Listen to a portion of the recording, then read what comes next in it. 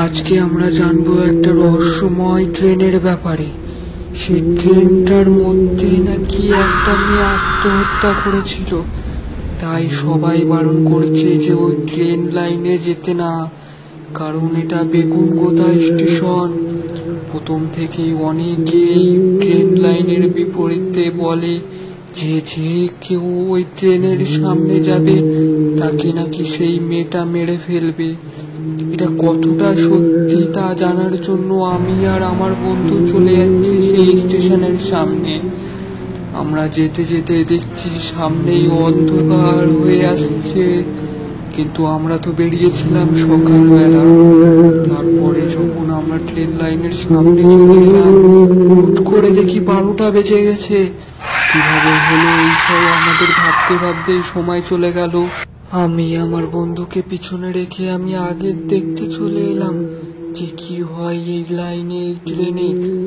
দেখছি দূর থেকে ট্রেনটা আসছে, আমার গাটা ছমছম করে উঠছে, কি হবে আমি জানি না।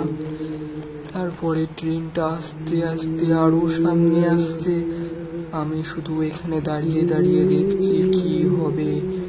তারপরে দেখছি রাত্রির 12টা তো বেজে গেছে। সবাই বারণ করেছিল যে এই 12টার সময় যাতে এই ট্রেনের সামনে না আসে।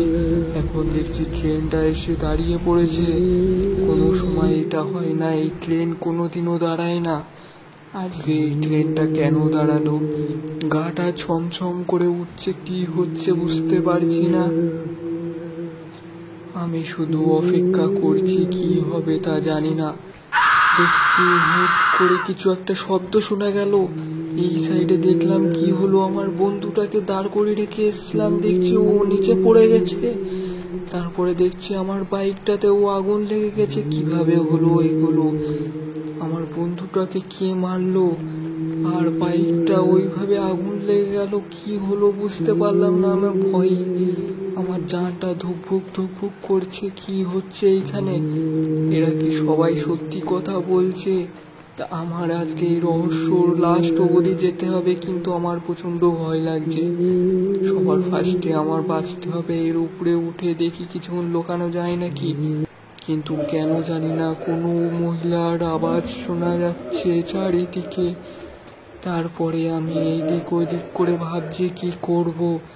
আমার মন বলছে যে এটাকে পার করে আমি লাফ কেটে এই দেয়ালটাকে, এই জালের দেয়ালটাকে লাফ কেটে আমি দৌড় নিয়ে পালাই। সবার ফার্স্টে আজকে আমার জানটা বাঁচুক, তারপরে যা হবে হবে। কারণ ওইদিকে আমার বন্ধুটার কি হয়েছে আমি জানি না। তো সবার ফার্স্টে আমি জঙ্গলের মধ্যে ঢুকে পালাচ্ছি, জানি না কোথায় যাব। হুট করে দেখি একটা সামনের মধ্যে ঘর চলে এলো। এটা কিভাবে হচ্ছে? এই ঘরটা কোথা থেকে এলো আমি তো জানতেও পারলাম না। হুট করে কিভাবে এলো এই ঘরটা? ঘরের সামনে যখনই গেলাম দেখি একটা ঘর থেকে মহিলা বেরিয়ে এলো। মহিলাটাকে দেখেই আমার ভয় লেগে গেল। মহিলাটা দৌড়ে দৌড়ে আসছে আমার দিকে। কি হচ্ছে এগুলো? আমি আস্তে আস্তে পালাচ্ছি, কারণ আমি কোথায় যাব বুঝতে পারছি না। এই মহিলাটাই তাহলে কি সেই ট্রেন লাইনের সামনে আত্মহত্যা করেছিল? আমার তো মনে হচ্ছে হ্যাঁ, এই মহিলাটাই আত্মহত্যা করেছিল।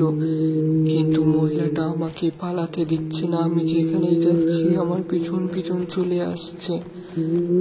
আমি কি করব বুঝতে পারছি না।